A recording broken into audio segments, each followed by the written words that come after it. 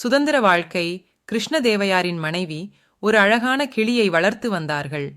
அவர்கள் கிளியை ஒரு தங்கக் கூண்டில் வைத்து மிகவும் பாதுகாப்பாகவும் அன்பாகவும் பராமரித்து வந்தார்கள். கிளிக்கு பழமும் பருப்பும் வேளாவேளைக்குச் சரியாக கொடுப்பார்கள். கிளிக்கு பேசுவதற்காக சில வார்த்தைகளையும் கற்றுக் கொடுத்தார்கள். அப்பொழுது அந்த பக்கமாக வந்த தெனாலிராமனை கிளி வாங்க வாங்க வணக்கம் என்று கூப்பிட்டது.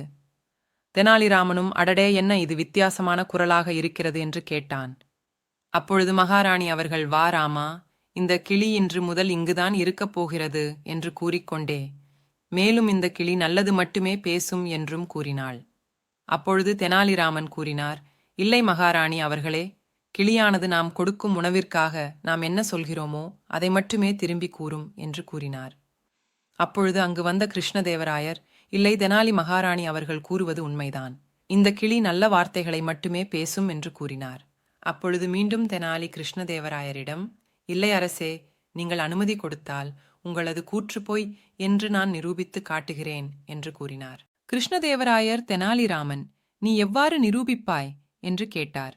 அதற்கு தெனாலி, இந்த கிளியை நான் சில நாட்கள் என் வீட்டிற்கு எடுத்துச் செல்கிறேன், பின்பு நான் கொண்டு வந்து தருகிறேன் என்று கூறினார். அதற்கு கிருஷ்ணதேவராயர், சரி, நீ நிரூபித்துக் காட்டவில்லை என்றால் உனக்கு தண்டனை நிச்சயம் என்று கூறினார்.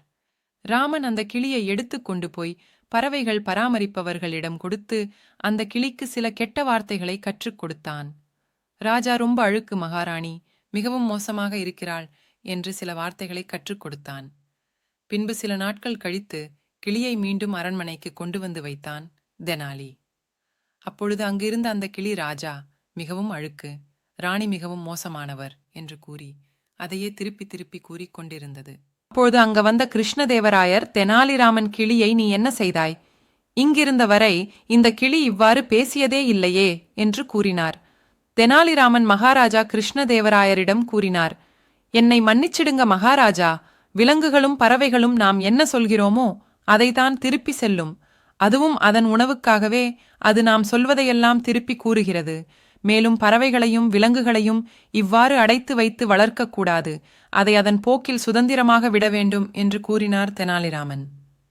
கிருஷ்ணதேவராயர் அவரின் தவற்றை உணர்ந்து கிளியை சுதந்திரமாக பறக்க விட்டார்.